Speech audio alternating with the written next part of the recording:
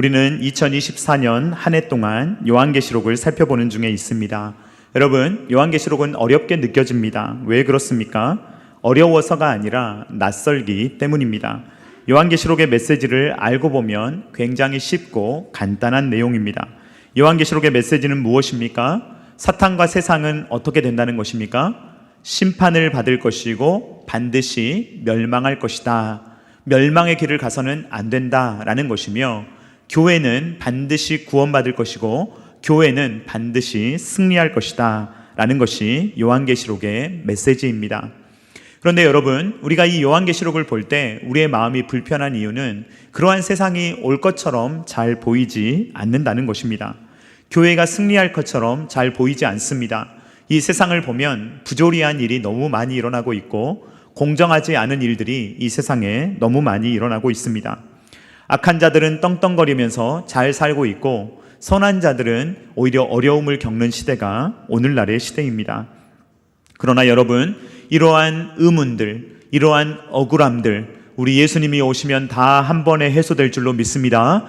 예수님께서 이 땅에 오시면요, 그때는 모든 문제가 한순간에 해소될 것입니다. 0.0001초도 되지 않아서 우리가 가지고 있었던 평소의 모든 의문이 완전히 해소될 것입니다.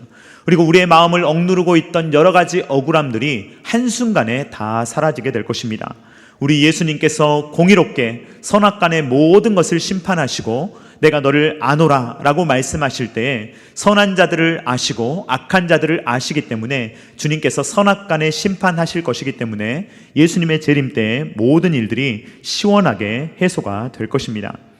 우리는 이제까지 종말 시대에 나타나는 여러 심판들에 대한 패턴들을 살펴보았습니다. 7인, 7나팔, 7대접을 통하여서 이 세상에서는 여러 가지 심판의 패턴들이 나타나는구나, 예수님이 다시 오시기 전까지는 이러한 일들이 일어나는구나, 그것이 4분의 1이든 3분의 1이든 전체이든 이런 심판이 일어나고 있구나 라는 것을 우리가 살펴보았습니다. 요한계시록 16장을 살펴볼 때 이제 한 달쯤 지나서 여러분들 기억이 좀 가물가물하시겠지만 아마겟돈 심판에 대해서 우리가 살펴보았습니다. 아마겟돈 심판은 무엇을 보여주느냐? 7대접이 쏟아지면 전체에게 심판이 임할 것이며 그때는 이 땅이 다 종결될 것이다 라는 것을 보여줍니다. 요한계시록 16장 19절로 20절 말씀 같이 읽도록 하겠습니다. 시작.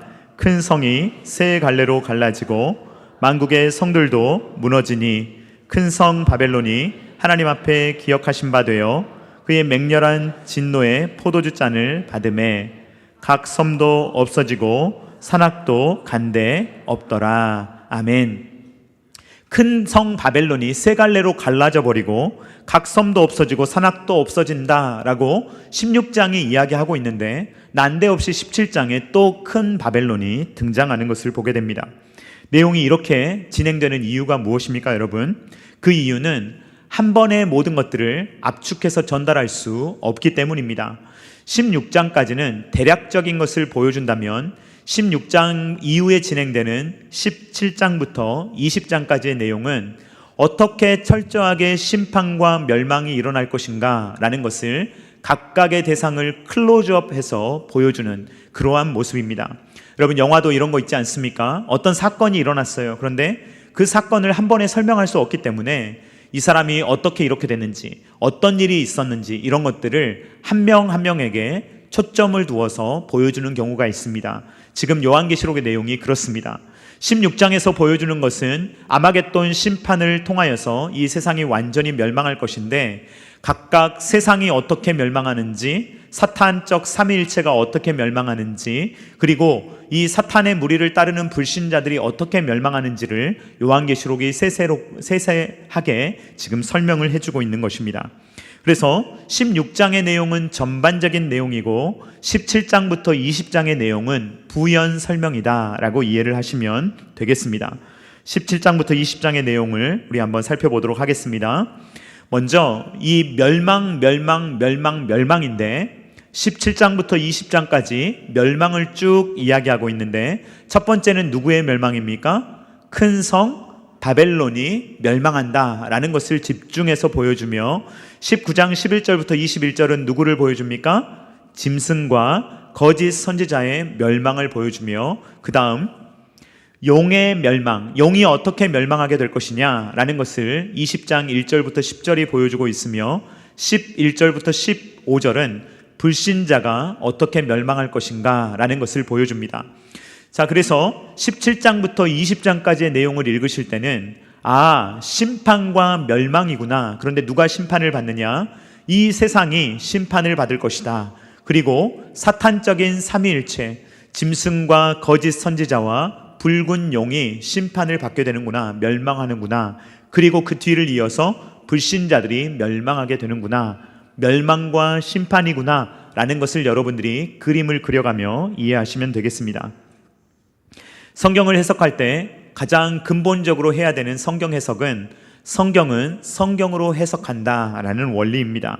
성경이 답을 주고 있다면 그 답을 따라야지 엉뚱한 걸 대입하면 안 됩니다.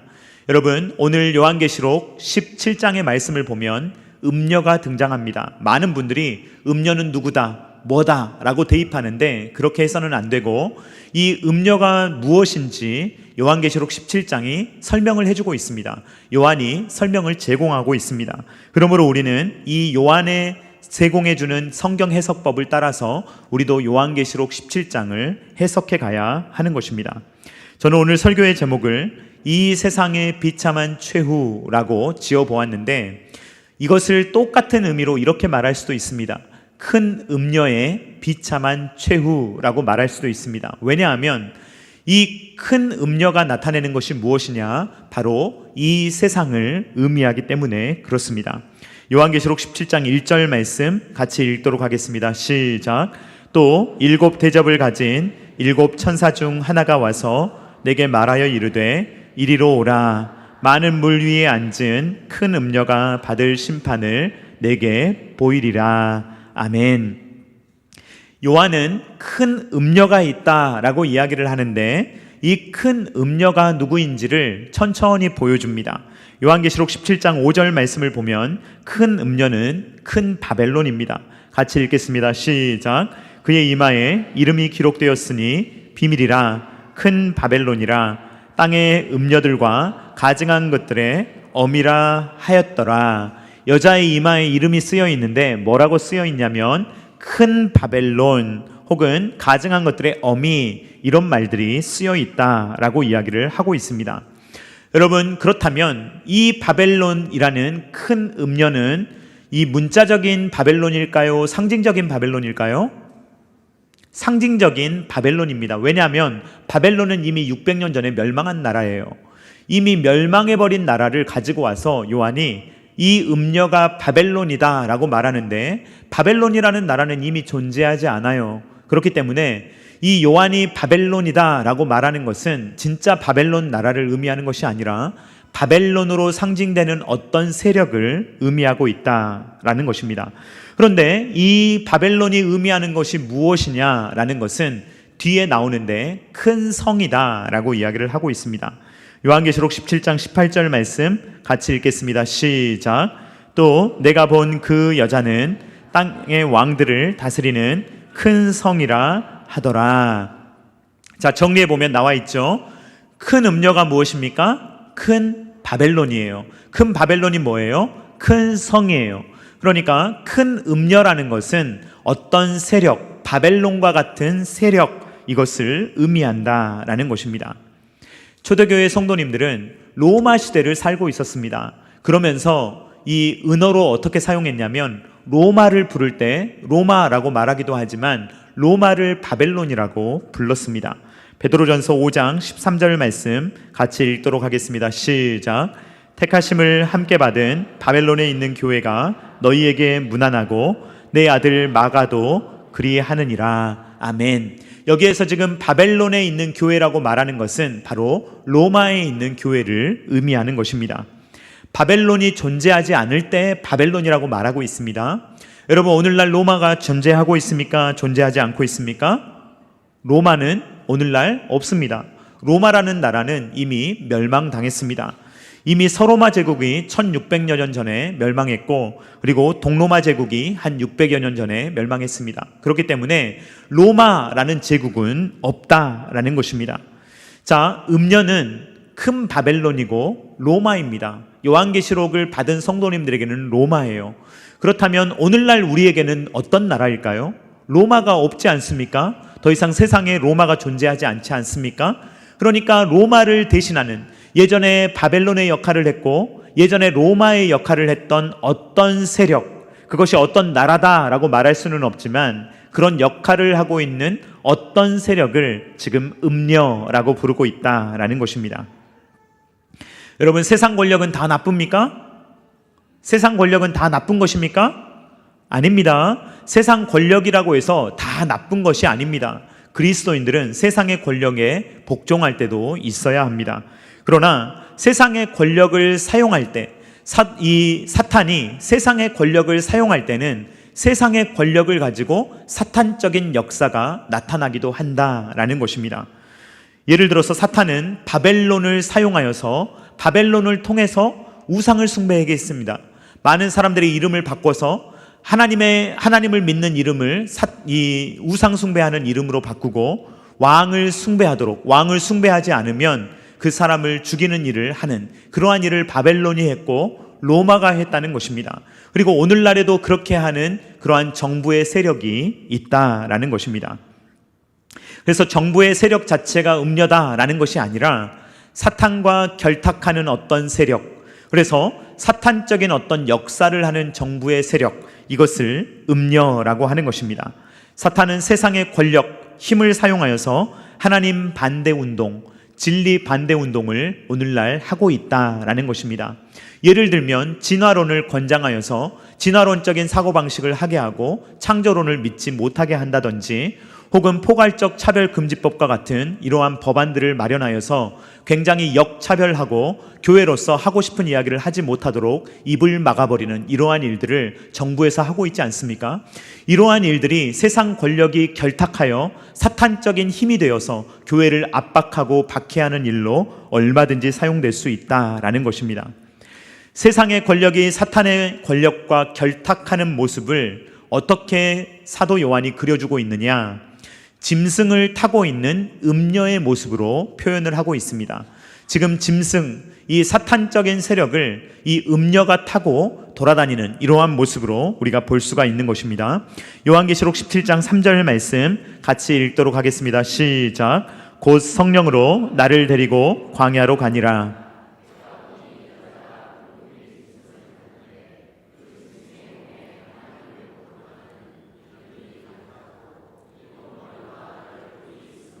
아멘.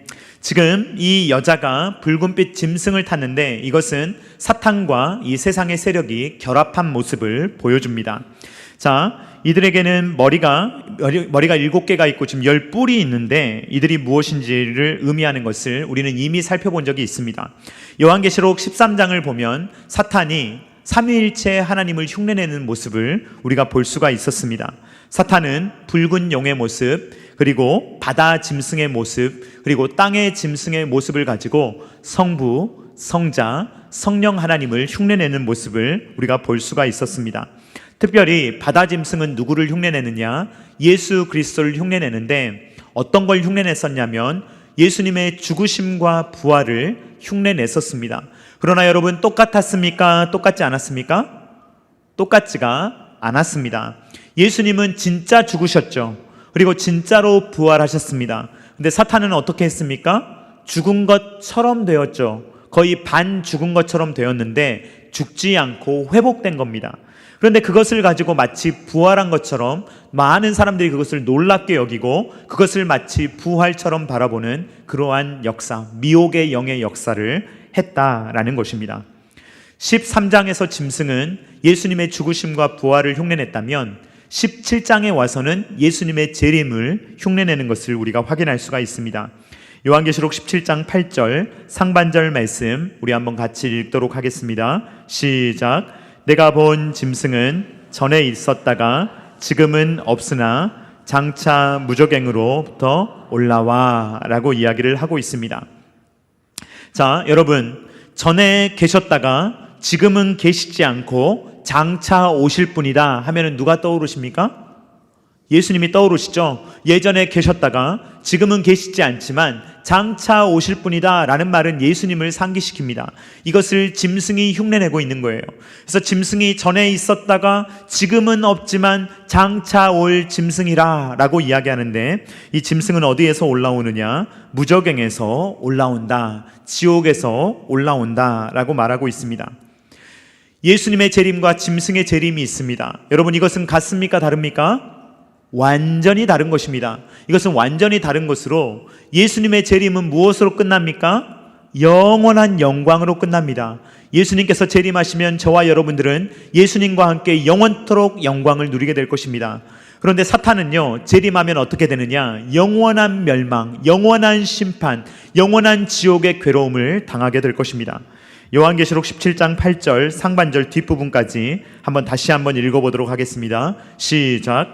내가 본 짐승은 전에 있었다가 지금은 없으나 장차 무저갱으로부터 올라와 멸망으로 들어갈 자니. 예수님을 흉내내고 있지만 전에 있었다가 지금은 없으나 장차 올 그 짐승은 어떻게 되느냐? 멸망으로 들어간다, 영원한 멸망으로 들어간다 라고 이야기를 하고 있습니다.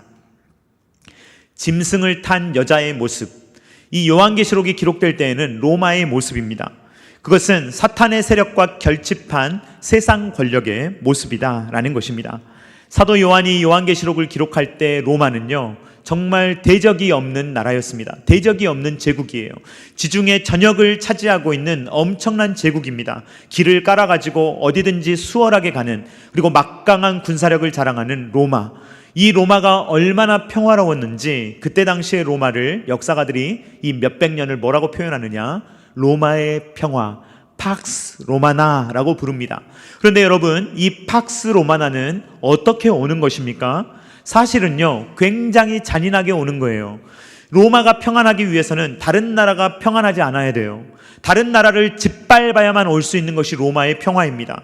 로마 사람들이 배가 터지도록 먹고 먹는 것을 다 개워낼 정도로 많은 것을 먹을 때에는 다른 나라에서는 쫄쫄 굶고 그 사람들의 고열을 짜서 로마로 가지고 와야만 로마 사람들이 그렇게 떵떵거리며 살아갈 수 있다라는 것입니다. 그러므로 로마의 평화는 진정한 평화가 아니요, 가짜 평화입니다. 그리고 우리가 역사에서 볼 수 있듯이 로마의 평화는 영원한 평화가 아니요, 잠깐의 평화일 뿐이다라는 것입니다. 이때 당시에 이 그리스도인들은요, 굉장한 핍박을 받았습니다. 로마로부터 핍박을 받았어요. 음녀인 로마가 사탄과 결탁하여서 이 예수님을 믿는 사람들을 핍박하는 일이 그때 당시에 많았는데, 이 요한계시록이 기록될 당시에도 핍박이 굉장히 강렬했습니다. 그 바로 이전에 네로 왕제에 의해서 엄청난 핍박이 있었고, 네로를 너무나도 닮은 도미티아누스 황제 때문에 기독교는 엄청난 박해를 받게 되었다라는 것입니다. 사도 요한은 이러한 모습을 음행으로 표현하고 있습니다. 이 황제를 숭배하는 음행, 그리고 이 성도님들의 피를 흘려서 마시는, 포도주처럼 마시는 음행, 그래서 피에 취했다라고 표현하고 있는 것입니다. 요한계시록 17장 6절 말씀 같이 읽도록 하겠습니다. 시작. 또 내가 보매 이 여자가 성도들의 피와 예수의 증인들의 피에 취한지라. 내가 그 여자를 보고 놀랍게 여기고 크게 놀랍게 여기니. 아멘. 자, 이제 이 음녀와 짐승이 하는 일이 무엇인지가 다 밝혀지게 되었습니다. 여러분, 이 요한계시록 17장을 보면 7머리와 10뿔이 등장하는데 이것들은 왕들이다 라고 표현을 하고 있습니다. 그런데 여러분, 7명의 왕이 누군지, 그리고 10명의 분봉왕이 누군지 불확실합니다. 알 수가 없습니다.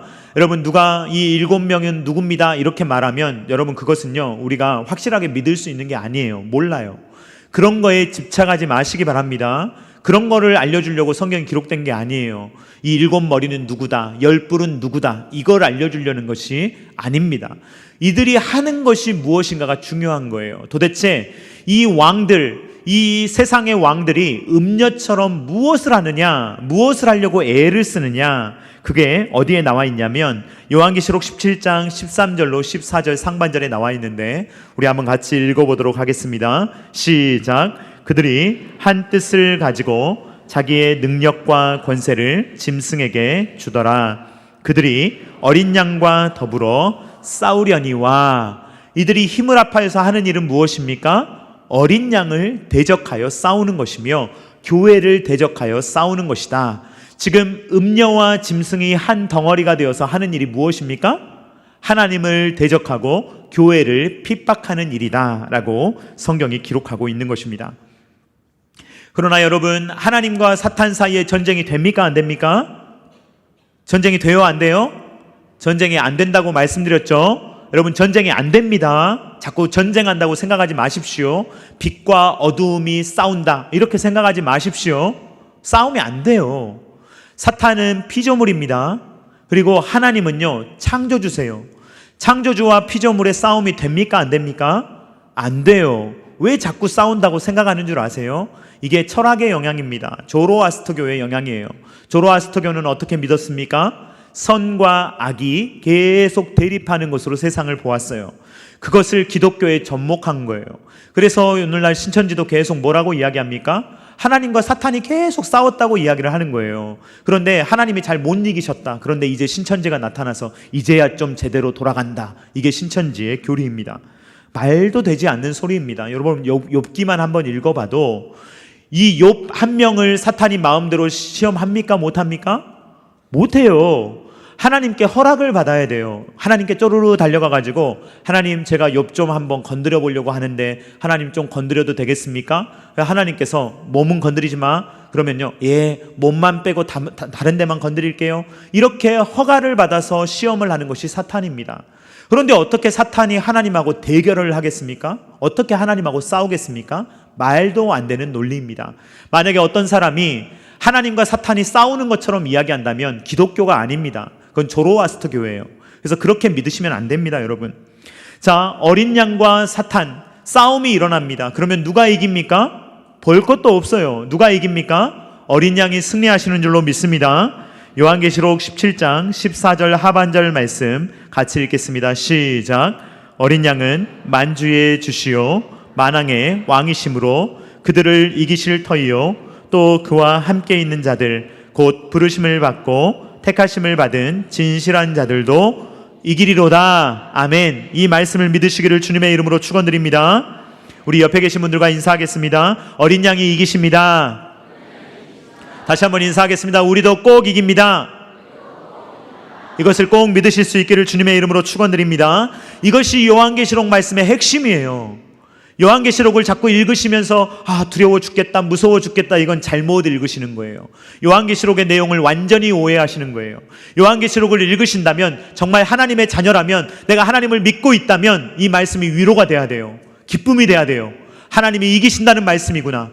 내가 예수님하고 연합되어 있기 때문에 나도 이긴다는 말이구나. 내가 지금 지는 것처럼 보이고, 지금 내가 굴복되는 것처럼 보이고, 내가 지금은 힘이 없는 것처럼 보이지만 예수님 때문에 내가 이겼고 장차 반드시 이길 것이 확실하구나.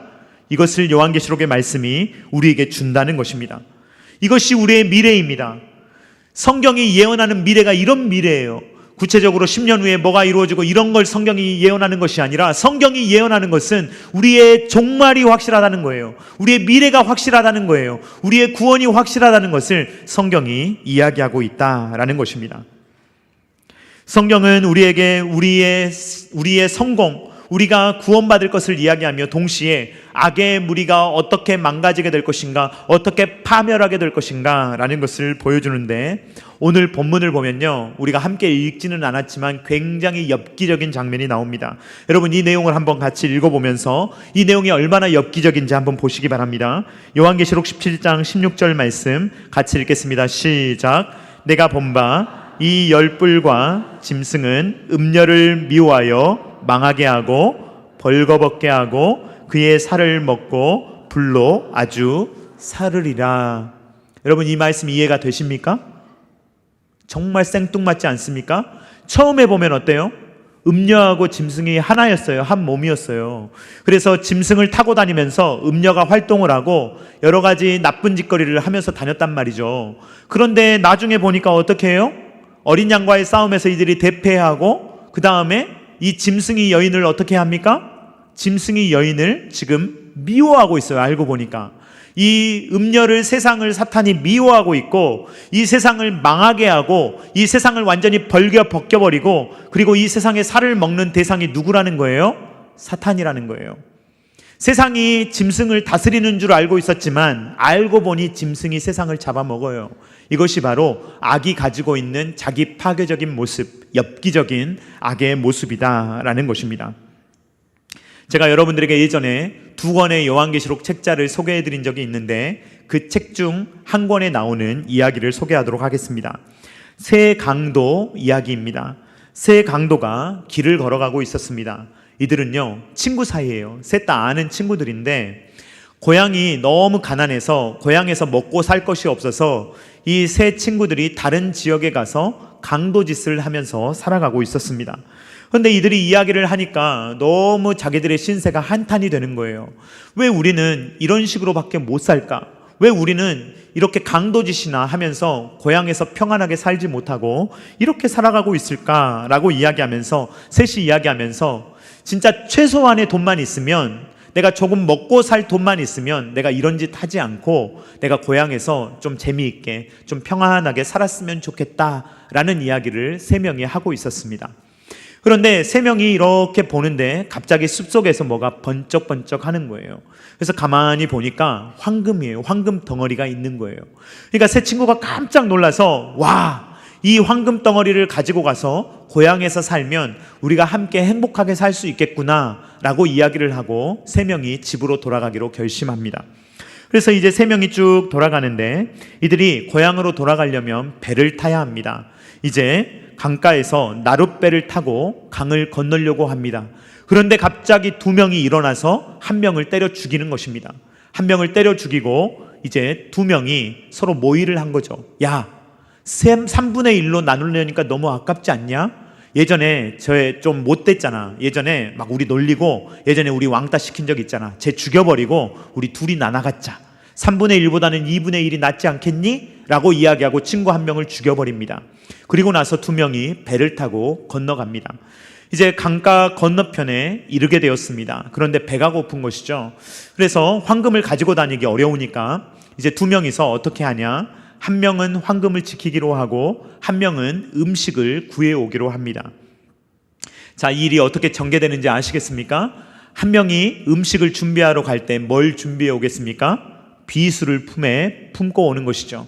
그래서 2분의 1로 나누기 싫은 거예요. 내가 저 친구도 죽여버리고 내가 가져야지 라는 생각을 가지고 와서 격렬하게 몸싸움을 벌인 후에 그 친구를 죽여버립니다.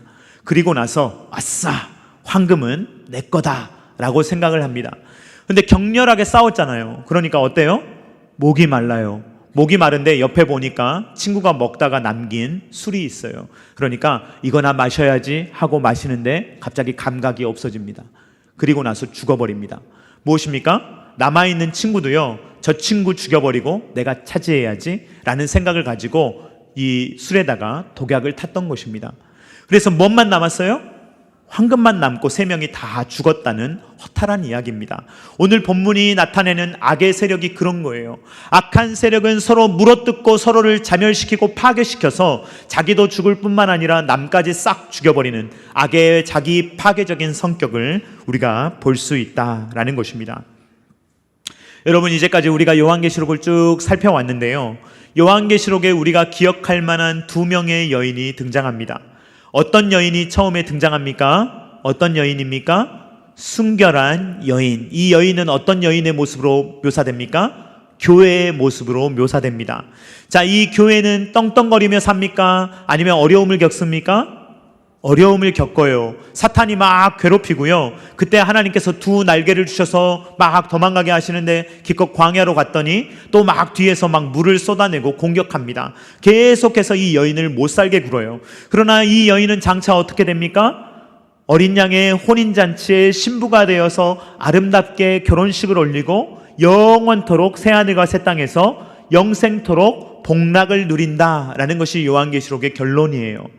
반대로 오늘 본문에는요, 음란한 여인이 등장합니다. 이 음란한 여인은요, 짐승을 타고 다니면서 온갖 권력을 행사하는 거예요. 하고 싶은 일을 다 하는 거예요. 그러나 이 여인의 결말이 어떻습니까? 엄청나게 비참하다라는 것이 요한계시록의 말씀입니다. 근데 여러분, 이 여인의 모습을 보면요, 우리가 굉장히 부러워할 만한 모습이에요. 한번 보겠습니다. 얼마나 화려한지.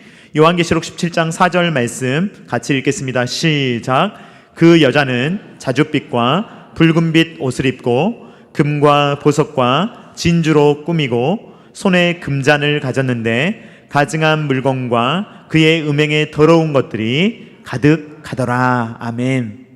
여러분, 오늘날 말로 하자면요, 완전 명품으로 치장을 하고 있는 거예요. 그리고 외제차 중에서 제일 좋은 외제차를 타는 거예요. 그리고 막 몸에 막 금덩어리가 달려 있고요, 막 이 다이아몬드, 엄청나게 큰 다이아몬드가 있고요, 막 보석이 막 넘치도록 많은 모습으로 보여지고 있다라는 것입니다. 여러분, 음료가 부럽습니까? 부럽지 않습니까? 안 부러워요? 요즘 금값도 엄청나게 비싼데 20년 이상 교사하신 분들 황금 열쇠를 만들어 드리는데요, 요 3년 안에 얼마나 많이 올랐는지 몰라요. 금값이 그렇게 오르는데 여러분, 금덩어리 차고 있으면 얼마나 좋겠어요. 그런데 이 요한계시록의 말씀은요, 두 여자의 모습을 극명하게 대조하고 있는 거예요. 한 여인은 이 세상에 있을 때 조금 고통당하고 어려움을 겪지만 생명의 길을 걸어가며 결국에는 영생복락을 누린다는 거예요. 반면에 이 음녀는, 당시에 붉은 옷은 왕들이 입는 옷입니다. 굉장히 좋은 옷을 걸치고 굉장히 권세를 누리고 말만 하면 다 되는, 하고 싶은 것은 다 할 수 있는, 버킷리스트를 다 달성할 수 있는 그런 부와 그러한 능력을 가지고 있는데, 알고 보면 이 음녀는 망한다는 거예요. 이 말씀은 우리에게 보여주는 것이 무엇입니까? 사도 요한은 요한계시록을 받아보는 성도님들에게 이야기하는 것입니다. 음녀를 부러워하지 말라는 거예요. 지금 로마가 잘 나가는 것 같고, 로마가 모든 권세를 누리는 것 같고, 로마가 부유한 것 같고, 다 가진 것 같지만 저 길이 음녀의 길이니 부러워하지 말라는 것입니다. 여러분들이 비록 핍박을 받고 있는 것 같지만, 여러분들이 지금은 어려움을 겪고 있는 것 같지만, 예수 그리스도의 순결한 신부들이야말로 복받은 사람들이다 라는 것을 사도 요한이 이야기하고 있는 것입니다. 여러분, 이것을 믿으시기를 주님의 이름으로 축원드립니다. 이것을 진짜로 믿지 못하면요, 예수님 믿는 것이 별 매력이 없어요. 이게 진짜로 믿어지지 않으면 세상이 좋지, 금덩어리가 좋지, 왜 교회가 좋겠습니까? 이게 실제가 되어야만, 이게 실제 나의 믿음이 되어야만 진짜 그렇다라는 고백이 나오는 것입니다. 그렇기 때문에 우리는 이 세상의 모든 소망을 두고 살아가는 것이 아니라, 멸망해버릴 세상, 장차 망해버릴 이 세상에 우리의 마음을 두고 살아가는 것이 아니라 영원하신 하나님께 우리의 마음을 두며 살아갈 수 있다는 것입니다. 그래서 이 두 여인의 모습을 대조하면서 이 음녀의 길을 가지 말고 이 순결한 여인의 길을 걸어가자라고 우리에게 이야기하고 있는 것입니다. 사랑하는 성도님들, 우리는 이미 순결한 여인들인 줄로 믿습니다. 우리는 아름다운 하나님의 신부입니다. 교회입니다. 그러므로 우리가 해야 될 일은 신랑이신 예수 그리스도를 기다리며 예수 그리스도와 함께 살아가는 것입니다. 그것이 바로 우리가 살아가야 되는 종말 신앙입니다. 요한계시록 16장 15절 말씀 같이 읽겠습니다. 시작. 보라, 내가 도둑같이 오리니 누구든지 깨어 자기의 옷을 지켜 벌거벗고 다니지 아니하며 자기의 부끄러움을 보이지 아니하는 자는 복이 있도다. 아멘. 여러분, 복 받으시기를 주님의 이름으로 축원드립니다. 복 받는다는 것이 도대체 무엇입니까, 여러분? 우리가 막 좋은 옷을 입고 막 금가락지를 차고 이런 것이 복입니까? 성경이 말하는 복은 무엇입니까? 누구든지 깨어있는 사람, 자기의 옷을 지키는 사람, 그래서 부끄러움을 당하지 않는 사람, 다시 오실 때에 예수님으로 말미암아 영생 복락을 누리게 될 사람이 복받은 사람이다 라고 이야기를 하고 있는 것입니다. 여러분, 이 복받은 자의 길을 이미 우리가 걸어가고 있는 줄로 믿습니다. 뒤를 돌아보지 마시기 바랍니다. 음녀를 바라보지 마시기 바랍니다. 악한 자들의 형통을 부러워하지 마시기 바랍니다. 우리 주님이 주시는 복이 훨씬 더 값진 줄로 믿습니다. 이 길을 우리가 이미 걸어가고 있지만 더 확신하며 정말 신앙으로 승리하며 살아갈 수 있는 저와 사랑하는 성도님들 다 되실 수 있기를 주님의 이름으로 축원드립니다. 주님의 이름으로 축원드립니다. 우리 같이 찬양하도록 하겠습니다. 주님 다시 오실 때까지 나는 이 길을 가리라. 같이 믿음으로 고백합니다.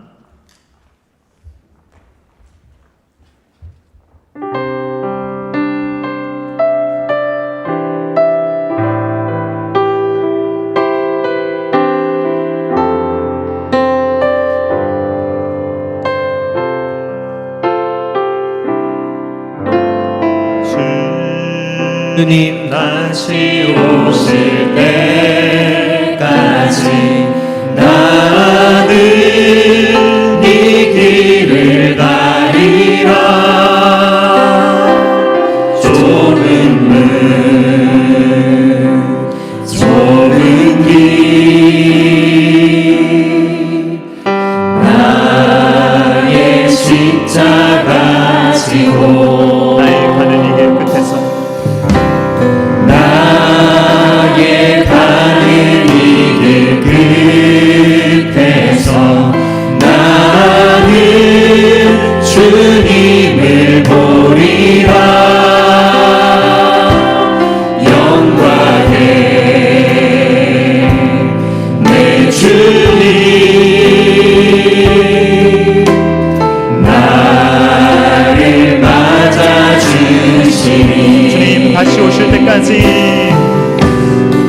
주님 다시 오실 때까지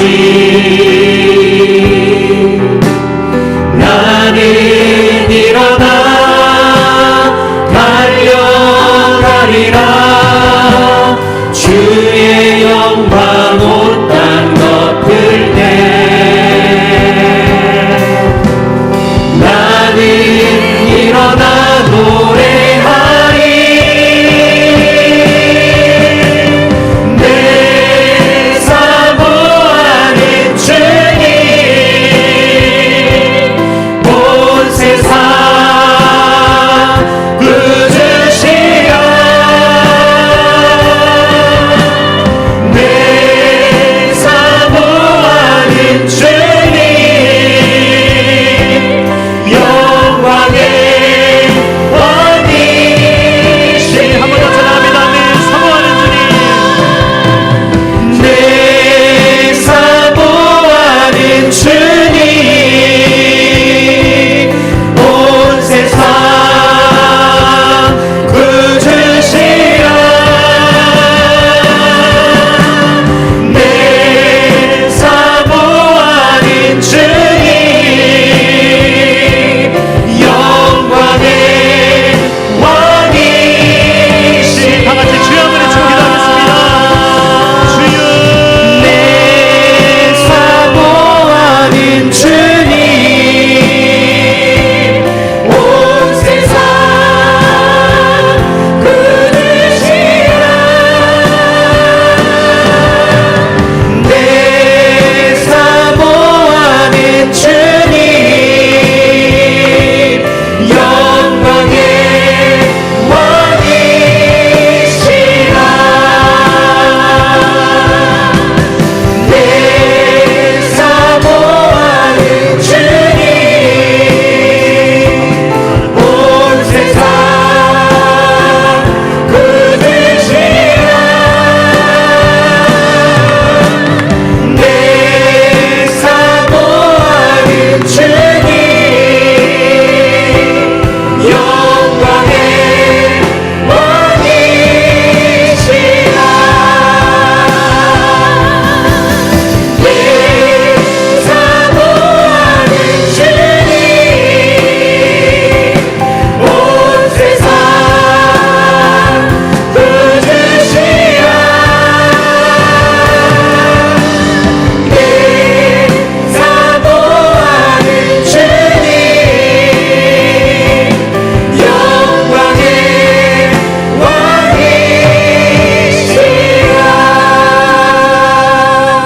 왕이시라. 사랑하는 하나님 아버지, 감사를 드립니다. 오늘 요한계시록 17장의 말씀을 통하여서 이 세상 큰 음녀의 비참한 최후가 어떠한 것인지를 우리로 하여금 보게 하시니 감사를 드립니다. 이 세상은 장망성, 장차 멍할 성읍입니다.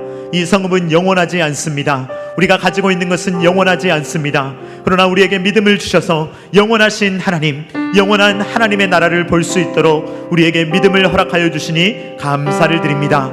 주여, 이것을 끝까지 바라보게 하여 주시옵소서. 뒤를 돌아보지 않도록 도와주시옵소서. 음녀의 형통을 부러워하지 말게 하여 주시오며 그리스도의 순결한 신부로 이 땅을 살아갈 수 있도록 도와주시오며 예수님 다시 오시는 그날 도둑같이 오실지라도 우리가 그날을 기다리며 주님 다시 오실 그날 우리가 정말로 기쁘게 주님을 영접하며 주님과 결혼하며 주님으로 말미암아 영생 복락을 누리는 우리 모두가 될 수 있도록 주님 역사하여 주시옵소서. 지금 당장 좁은 길입니다. 지금 당장 어려울 때가 있습니다. 지금 당장 이해가 되지 않을 때가 있습니다. 억울할 때가 있습니다. 우리의 마음이 무너질 때가 있습니다. 그러나 주님, 우리에게 승리의 믿음을 주시옵소서. 다시 일어나게 하여 주시옵소서. 다시 뜨겁게 하여 주시옵소서. 다시 확실한 믿음을 주시옵소서. 그래서 우리가 확실한 우리의 미래, 승리하신 어린 양 예수 그리스도의 승리를 바라보며 우리도 승리하며 살아갈 수 있도록 주님 역사하여 주시옵소서. 이제는 우리 구주 예수 그리스도의 십자가의 무한하신 은혜와 독생자 아들을 아낌없이 내어주신 성부 하나님의 사랑하심과 성령 하나님의 감동, 감화, 역사, 교통하심이 장차 망할성, 이 장망성 큰 음녀 아무리 화려하다 하더라도 이 세상에 현혹되지 아니하며 순결한 그리스도의 신부로 도둑같이 오실 주님, 언제 오실지 모르지만 주님 오실 날을 기다리며 준비하며 순결한 신부의 삶을 인내 있게 살아가기를 원하는 사랑하는 모든 주의 자녀들의 머리머리 위에와 각 가정과 주님께서 피로 값주고 사신 첨단 계라시교회 위에와 조국과 세계 열방 가운데 이제로부터 영원토록 함께 있기를 간절히 축원하옵나이다. 아멘.